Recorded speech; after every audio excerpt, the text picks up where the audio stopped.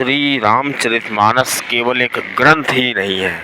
वो श्री राम जी का एक अवतार मानना चाहिए। क्योंकि श्री रामचरितमानस जब श्री तुलसीदास जी ने लिखी है तो उन्होंने लिखा है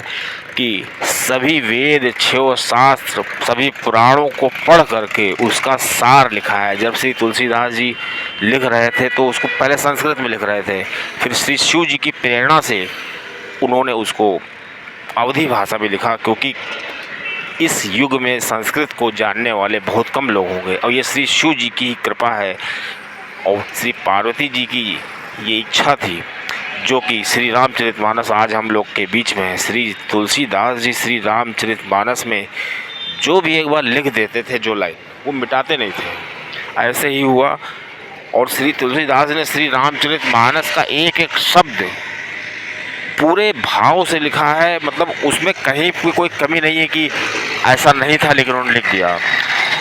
और उसमें उस पर ये शोध का विषय है और इस पर शोध होती भी रहती है, जिसका कोई भी अर्थ निकालता रहता है। जैसे उत्तरकांड का एक हम श्लोक ले लें, श्री लास्ट में श्री तुलसी बाबा जी लिखते हैं, कामे नारी प्यारे जिम लोभी प्रिय जिमदान, कि जो कामी पुरुष होता है उसको जिस प्रकार स्त्री प्रिय होती है और लोभी जो होता है उसको जिस प्रकार दान प्रिय होता है कि उसको धन दे, कोई धन आए कहीं से। तिम रघुनाथ निरंतर प्रिय लागो मोहि राम। इसमें श्री तुलसीदास जी से श्री तुलसीदास जी श्री राम जी से ये कहना चाहते हैं कि जिस प्रकार कामी नार जो होती है, कामी नार को ये कामी पुरुष नार को पसंद करता है, उसी प्रकार लोभी होता है उसको धन पसंद होता है। उसी तरह श्री रघुनाथ जी, मुझे कुछ नहीं चाहिए, बस आपका प्रेम उसी तरह बना रहे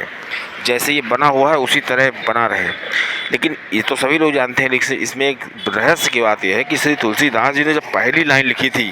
कामी नार प्यार जिम, तो श्री तुलसीदास जी कहना चाहते थे कि जिस प्रकार कामी पुरुष नार को प्यार करता है, तो यहाँ पर श्री तुलसीदास जी ने कलम रख दी, कहा कि नहीं नहीं ये नहीं हो सकता। ये हमने तो ये जो लिखा है इसमें जो जैसे कोई कामी पुरुष होता है वो स्त्री को प्यार करेगा, तो जाहिर सी बात है हो सकता है वो स्त्री भी उसको प्यार करे। लेकिन तो श्री तुलसीदास ने कहा कि मैं तो श्री राम जी को प्रेम मांग रहा हूँ, लेकिन मैं उनसे बदले में उनका प्रेम नहीं मांग रहा हूँ। अगर उनको प्रेम करे तो ठीक है, नहीं करे तो ठीक है, और लेकिन मगर ऐसा लिख देता हूँ तो ये हम श्री राम जी को बाध्य कर रहे हैं कि आप हमको प्रेम करिए। चूँकि वो मिटा भी नहीं सकते थे, तब उन्होंने लिखा है लोभी प्रिय जिम दान, लोभी को जिस तरह दान प्रिय होता है, इस प्रकार से तुलसीदास जी कहते हैं कि हम श्री राम जी के चरणों में प्रेम को बना कर रखें और कुछ ऐसी कृपा हो जाए कि यह सहज प्रेम अपने आप चलता रहे। क्योंकि श्री तुलसीदास जी ऐसा क्यों मांग रहे हैं, क्योंकि वो चाहते तो भक्ति कर सकते थे, लेकिन वो जानते हैं कि जो काम हम करते हैं उसके छूटने का भय रहता है। और सबसे बड़ी चीज़ यह है कि जो काम अपनी इंद्रियों से करते हैं